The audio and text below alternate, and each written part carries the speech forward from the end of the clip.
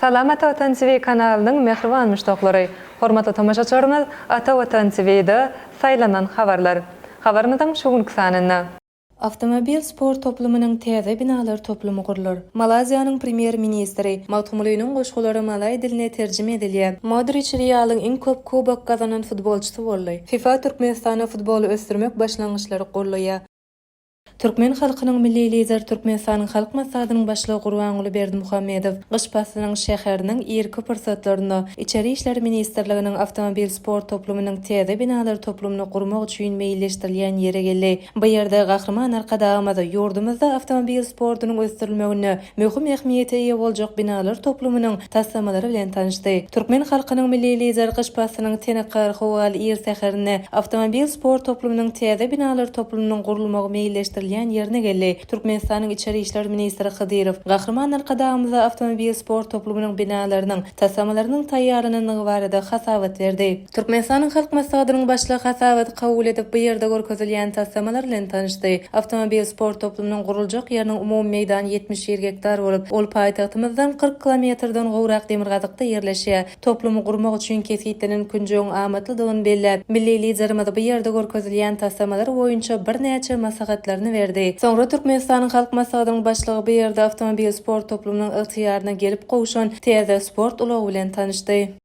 Kuala Lumpurda ilkinji gedek resmi saparda bolýan hormatly prezidentimiz Serdar Berdimuhammedow bilen Malaziýanyň premier ministri Dato Seri Anwar Ibrahimiň arasynda ýokary derejeli gepleşikler geçirildi. Şol gepleşikleriň jemleri boýunça geçirilen metbuat ýygnagyna Malaziýanyň premier ministri Dato Seri Anwar Ibrahim türkmen akıllary we şahyry Mautumuly Pragynyň eserlerini malay diline terjime edilýändigini habar berdi. Bu barada Bernama habarlar gullugy habar berýär. Ol Mautumuly Pragynyň eserleriniň malay diline terjime edilmegi bilen Malaziýanyň halkynyň beýik akyllaryň dörejeligi bilen ýakyndan tanışmak mümkinçiligine eýe boljakdygyny aýtdy. Şeýle Malaziýanyň premier ministri Dato Seri Anwar Ibrahim Türkmenistanyň prezidentini üstümizdäki ýyllar türkmen akyllary we şahyry Mautumuly Pragynyň doglan gününiň 300 ýyllygyny belläp geçenlikler bilen gutlady.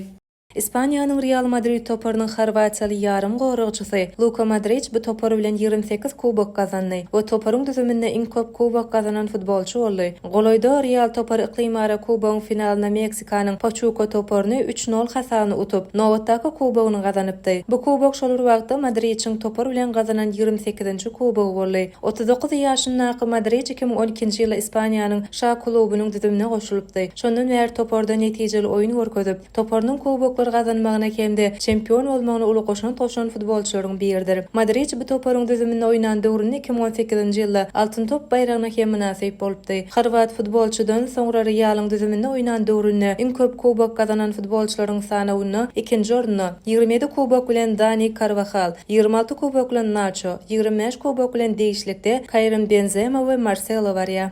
Halkara Futbol Federasiýasynyň prezidenti Gianni Infantino 18-nji dekabrda çarşembe günü Kataryň paýtagty Dohada Türkmenistanyň Futbol Federasiýasynyň başlygy Gonç Muhammed Öwek bilen duşdy. Duşlukda FIFA'nyň prezidenti Türkmenistanyň sportyň durly görnüşleri bilen birlikde futboluň hem ösdürilýändigine ýokary baha berdi. Türkmenistanyň futbolu ösdürmekde TFF-nyň sallamly işler alyp barýanlygy belenildi. Türkmenistanyň Futbol Federasiýasynyň wekiliýeti bilen geçiren duşugymyzda Türkmenistanyň futboluny ösdürmekde we gelecekde ýerine ýetiriljek işlerde FIFA'nyň nähili gollaw berip biljekdigi babatyna maslahat geçirdik diýilip, bu barada FIFA'nyň prezidenti Gianni Infantino'nyň Instagram sahypasynda beýan edildi. Ýeri gelende belesek, söhbetdeşikde iki tarapdaýyň hyzmatdaşlygyň dowamyna çağlar hemde ýaşlary futboluny ösdürmekde tälimçilik okuw babatyna tejribe alşmakda hyzmatdaşlygy ýoly goýmak barada gurrun edildi. Futbol hünärmeni Gonç Muhammed Öwekow Türkmenistanyň Futbol Federasiýasynyň başlygy wezipesine şu ýylyň 4-nji noýabrynda saýlananyny ýatdy.